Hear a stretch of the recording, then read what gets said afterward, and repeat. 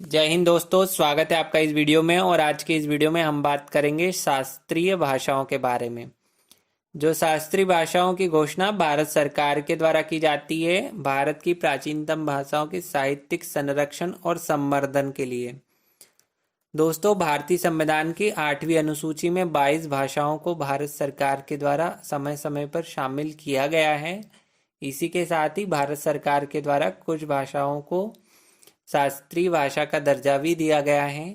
आइए जानते हैं किसी भाषा को शास्त्रीय भाषा के रूप में शामिल होने के क्या कुछ मापदंड हैं। तो उस भाषा के प्रारंभिक ग्रंथों या अभिलिखित जो इतिहास है, उसका लिखित साक्ष्य जो है 1500 से 2000 वर्ष से अधिक पुराना होना चाहिए। और दूसरा इसका प्रावधान है कि उस भाषा का जो साहित्य है वो मौलिक हो।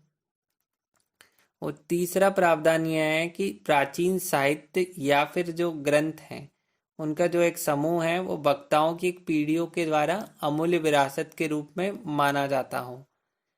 मतलब प्राचीन भारतीय साहित्यिक ग्रंथों को उस भाषा की अमूल्य विरासत के रूप में देखा जाता हो।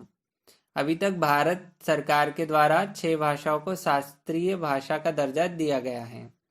इसमें प्रमुख है तमिल, संस्कृत, तेलुगु, कन्नड़, मलयालम और उड़िया। तो तमिल भाषा है वो पहली भाषा बनी जिसको शास्त्रीय भाषा का दर्जा भारत सरकार के द्वारा 2004 में दिया गया।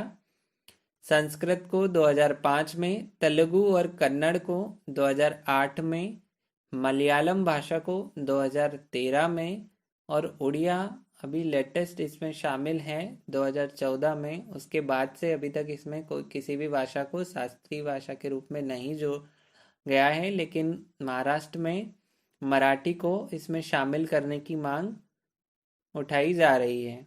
अब किसी भाषा को शास्त्रीय भाषा के रूप में अधिसूचित या घोषित करने के क्या कुछ लाभ होते हैं, आइए जानते हैं उस बारे में।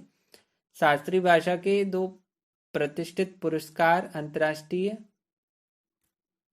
स्तर पर विद्वानों को वार्षिक रूप से प्रदान किए जाते हैं।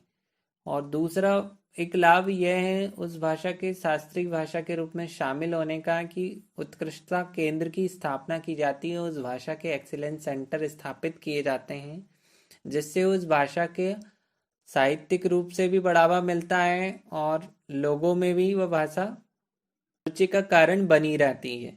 तीसरा इसका लाभ यह है कि विश्वविद्यालय अनुदान आयोग यानी यूजीसी के द्वारा और केंद्रीय विश्वविद्यालय के द्वारा शास्त्रीय भाषाओं के अध्यापन हेतु निश्चित पदों का भी सृजन किया जाता है। यानी जो वैकेंसी है वो भी इन भाषाओं के विद्वानों के लिए सृजित की जाती हैं। दोस्तों, इसी तरह किसी अन्य महत्वपूर्ण टॉपिक्स पर हम फिर मिलेंगे।